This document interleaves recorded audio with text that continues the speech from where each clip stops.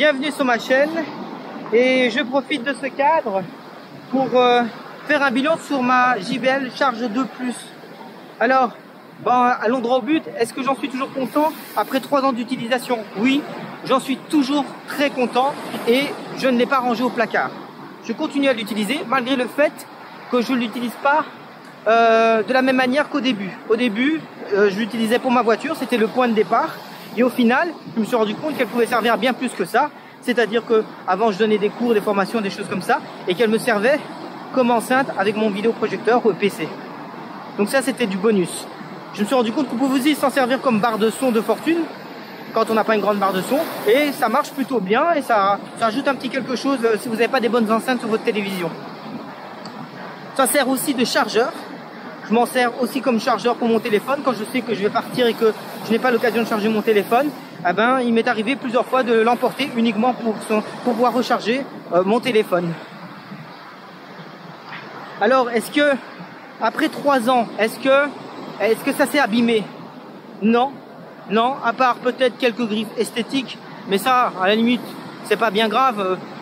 Voilà, chacun prend soin de ses affaires comme il le veut. Moi, je considère que c'est pas une œuvre d'art, c'est fait pour être utilisé, donc je m'en fous s'il y a une petite griffe dessus, ce n'est pas grave. Mais ce qui est important, c'est qu'elle fonctionne et toujours comme au premier jour, et j'en suis toujours aussi ravi. Ce qui fait que je n'ai pas été encouragé depuis d'acheter une autre enceinte, et souvent avec les vidéos YouTube, ce qui est difficile, c'est de pouvoir retranscrire la qualité sonore. En plus, on a tous une oreille différente, donc via YouTube, c'est vraiment pas l'idéal. Par contre, je me suis rendu compte d'une chose, c'est que j'ai souvent emmené, maintenant que j'habite à La Réunion, j'ai souvent amené mon enceinte pour dans des barbecues, des choses comme ça, des pique-niques en plein air, et de temps en temps, on mettait un petit peu de musique, pas tout le temps, parce qu'on veut aussi profiter de la nature.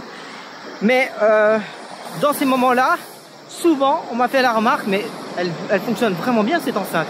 Donc, le retour, en dehors de moi qui est content, le retour que j'en ai des gens sont vraiment satisfaits.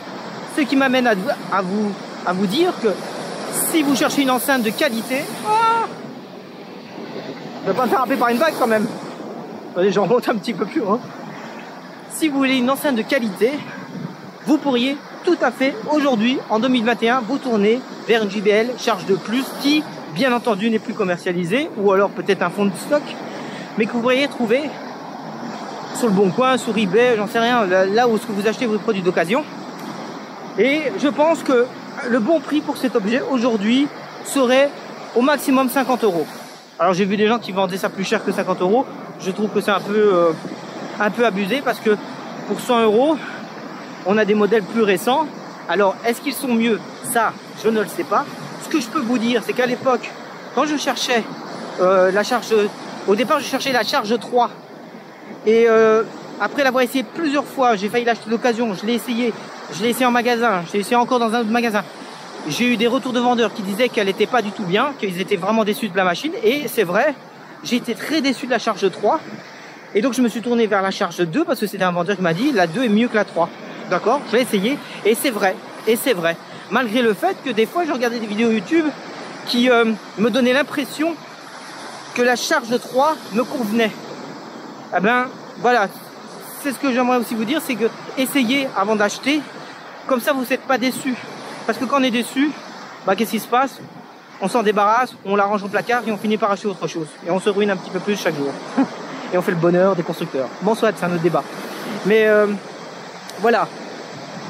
Et aussi, par contre là, c'est une question à laquelle je ne pourrais pas répondre, c'est que comme j'ai la Charge 2+ et que j'en suis hyper content, je n'ai pas essayé de chercher de savoir s'il y avait un meilleur modèle, parce que ce modèle me satisfait complètement. Donc par exemple, je ne sais même pas quel modèle on est. La Charge 4, je crois que oui, c'est commercialisé. La 4, je ne sais pas ce qu'elle vaut, et je ne sais pas si là en 2021, là au moment s'il y a déjà une 5. Mais s'il y avait une 5, je ne sais pas non plus ce qu'elle vaut. Après, c'est aussi une histoire de prix, hein. Faut voir si on veut acheter à l'économie ou pas. Si vous avez l'argent pour acheter le dernier modèle et que ce dernier modèle est vraiment aussi bon que la Charge 2+, ou voire plus, vous gênez pas, c'est à vous de voir. Mais en tout cas, cette vidéo, c'était juste un retour pour essayer de vous donner un peu plus de ressenti 3 ans plus tard. Donc, si c'était à refaire, je le ferais.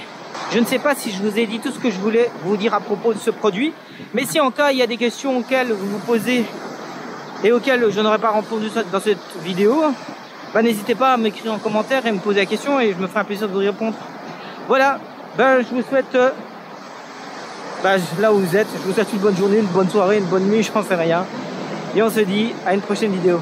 Ciao.